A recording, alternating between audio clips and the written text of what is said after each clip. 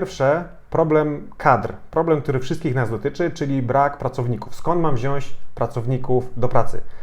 Moje pokolenie i starsze osoby, wszyscy trafiliśmy do działu zakupów w ten sam sposób przez przypadek. Ale to nie musi być kwestia, to nie musi być sprawa przy wszystkich nowych pracownikach. Absolwenci szkół wyższych mogą chcieć pracować w zakupach, jeśli tylko będziemy potrafili do nich dotrzeć. Technologia zakupowa. I nie mam tutaj na myśli oczywiście tylko systemów informatycznych, tylko w ogóle rozwój procesów i rozwój tego, jak pracujemy. Jakbym wziął człowieka z 1921 roku i powiedział mu, że wsadzisz do puszki metalowej w Warszawie, wysiądziesz sobie po kilku godzinach w Nowym Jorku, to stwierdziłby, że jestem nienormalny. W 2021 roku latamy samolotami i to jest ok. Natomiast trochę nie dziwię się osobie z 1921, jak widziała samolot braci Wright, że nie chciała tym lecieć do Nowego Jorku. I mam podobne odczucia, patrząc na systemy informatyczne i IT, te, które były 15 lat temu. I wówczas wydawało mi się, że za chwilę wszyscy będą korzystali już z aukcji elektronicznych i z e-sourcingu.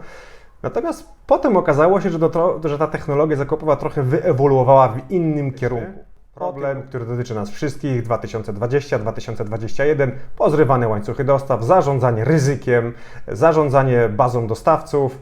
Słyszę stwierdzenie, chciałbym tak negocjować z moimi dostawcami monopolistycznymi w 2021 lub takimi, których absolutnie nie mogę zmienić. Miejsce przy stole się zmieniło, teraz to supply, to dostawcy decydują o tym, komu sprzedadzą i w jakich cenach. Cena już często nie jest tematem, tylko w ogóle dostępność towaru. Chciałbym tak negocjować z moimi dostawcami, żeby oni w dalszym ciągu robili to, co ja chcę. Innymi słowy, chciałbym się nauczyć negocjować z monopolistą. Problem, który dotyczy nas wszystkich, czyli brak dostępności. Zaczęło się od 2-3 tygodnie zamkniętej kopalni.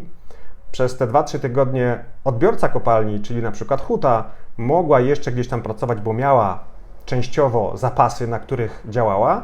Natomiast te zapasy się kończyły i akurat w tym czasie doszedł COVID do huty. W tym czasie odbiorca huty, odkówek, blach też nie może pracować, bo nie ma dostaw od swojego dostawcy, po czym sam się zamknął na 2-3 tygodnie i nie może dostarczać swoim odbiorcom. No, jak do tego dołożymy sobie jeszcze zatamowany na jakiś czas kanał Suezki z wielkim statkiem Evergreenem, no to zatory w portach przecież też, które miały miejsce nie tylko przez Evergreen, ale również przez to, że no właśnie towary nie były odbierane i przez lockdowny, to wszystko spowodowało, że nagromadziła się ogromna luka podażowa, nie ma dostaw. Popyt w dalszym ciągu jest wysoki, no i mamy problemy właśnie z dostępnością. Nie będziemy chcieli stworzyć klubu wzajemnej adoracji, żeby sobie klepać się po ramieniu i mówić ojejku, ale ty też miałeś przerąbane, współczuję sobie szczerze, tylko raczej będziemy przedstawiali kilka case'ów przez osoby, które w jakiś sposób sobie z tym radziły i raczej krótsze case'y, natomiast później będziemy się integrować, będziemy pracowali w grupach warsztatowo ze sobą, żeby no właśnie trochę zaczerpnąć inspiracji od innych, trochę jakichś ciekawych rozwiązań, no i też wspomóc networking nasz zakupowy. Także trzeci temat, trzeci obszar tematyczny, supply chain, pozrywane łańcuchy dostaw, jak sobie z tym radzić. Strategia dla działu zakupów. Bardzo często słyszę.